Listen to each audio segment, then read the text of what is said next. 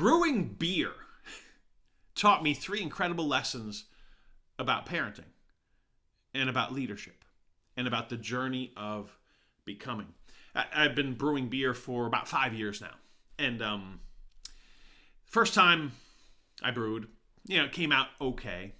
Brewed a second time, not so good. And then I found out that a local, relatively local homebrew shop was putting on a class in how to brew.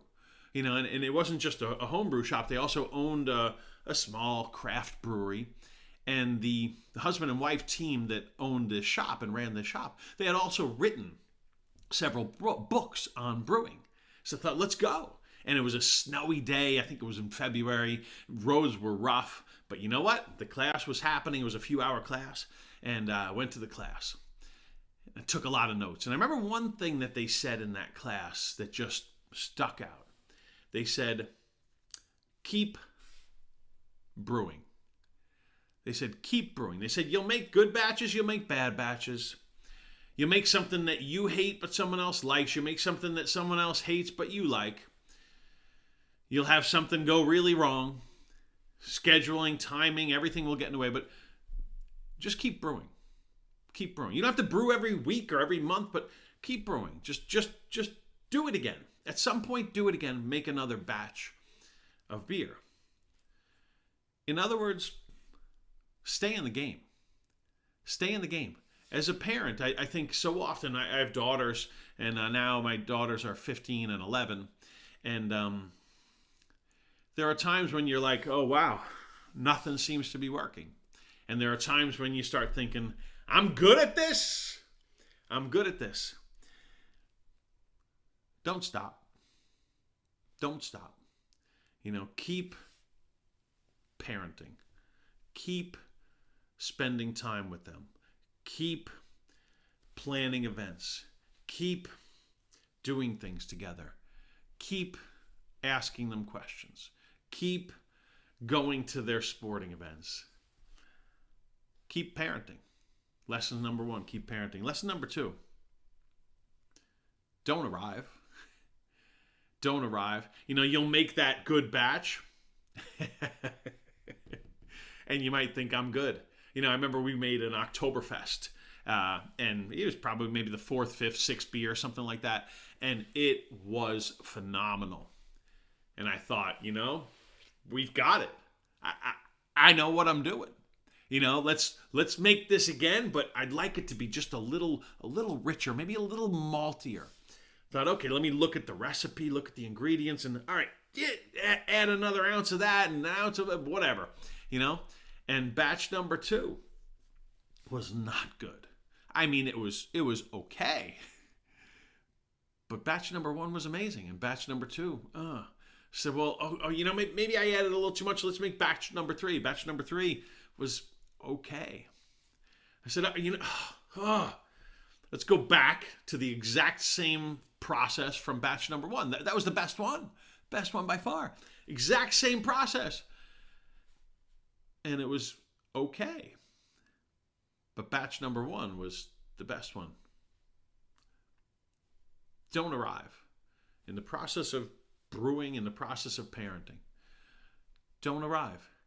A friend of mine said this to me recently, and I thought, wow, that's so perfect. He said, when my kids were very young, my wife and I thought we should write a book about parenting because we are good at it. And then he said at some point, the kids got a little older, and he said, I'm glad we didn't write that book on parenting because, wow, I don't know what's not going right, but something's not going right. I'm glad we're not touring around the country talking about how good we are as parents. Don't arrive. Don't arrive. Stay humble. Stay humble. Number 1, keep doing it. Number 2, stay humble. Don't arrive. And number 3 is get people around you who are better at it than you in some aspect. I've had the chance to interact with a lot of people who make beer, and I'll go to craft breweries and I'll ask them questions, and I'll go to meet up with. I was recently in a little brewery, two brothers who had German roots, and they named their brewery after the town in Germany near Frankfurt that their family comes from, and they made some really good beers. And I asked him, I said, the Hefeweizen, how did you walk me through the Hefeweizen? And one of the brothers starts talking me through the Hefeweizen. And he said, so you mash at this temperature, and you have to be careful not to, some people like to skip that step. And it was eye-opening, because some of the things that these brothers said, I didn't think about at all. Not at all. Not at all. Get around people who are better than you. And in the parenting world, we all have this tendency, I think, from a finance perspective, from a career perspective, from a parenting perspective, from an athletics or a fitness level perspective. We all have this tendency to get around people. They say, like, the 5 people you spend the most time with, you probably have about the same income as them. You probably have the similar parenting approach to them. This one's probably a challenge. Get around people who are better than you. Go out of your way to spend time with parents, and it could be through books. It could be through video or through online. But I think in the real world, it's possible for you and I to do a better job of getting around people who are better at some aspect of parenting than we are. And we tend to avoid it, right? It's like a thermostat. We tend to we go in a place where the temperature's here, okay, and the thermostat keeps the temperature in between those two. So you set the temperature at 70. If it gets up to 72, it lowers the heat or turns on the AC. If it gets down to 68, it turns on the heat or lowers, or lowers the AC. It keeps it, right? It keeps it in that range. And we have this internal thermostat that we get around people whose parenting is similar to ours.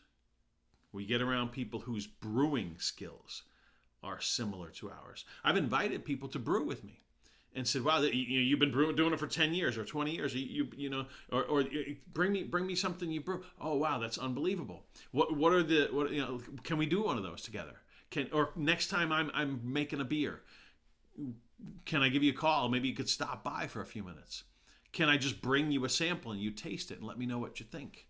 The other day I made a Vienna Smash beer, which it means single malt and single hop, and just one malt, Vienna malt, and one hop. I did it with Simcoe hops, whatever, and came out pretty good.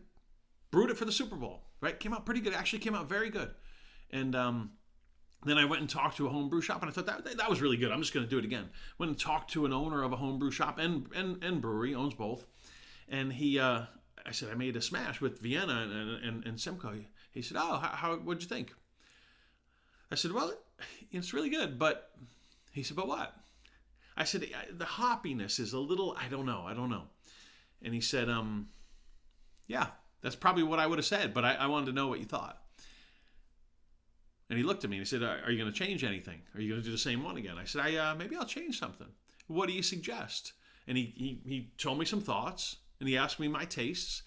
And I said, I really like noble hops, which tend to be, they're from an area near Munich in Bavaria. And he said, oh, here's a few that could go really, really well with that. And I said, well, how much? Get around people who they're outside of your comfort zone. In brewing, in health and fitness and finance and career, in parenting. 3 thoughts, 3 lessons brewing beer taught me about parenting. Really, it's stay humble, stay hungry, and stay in the game.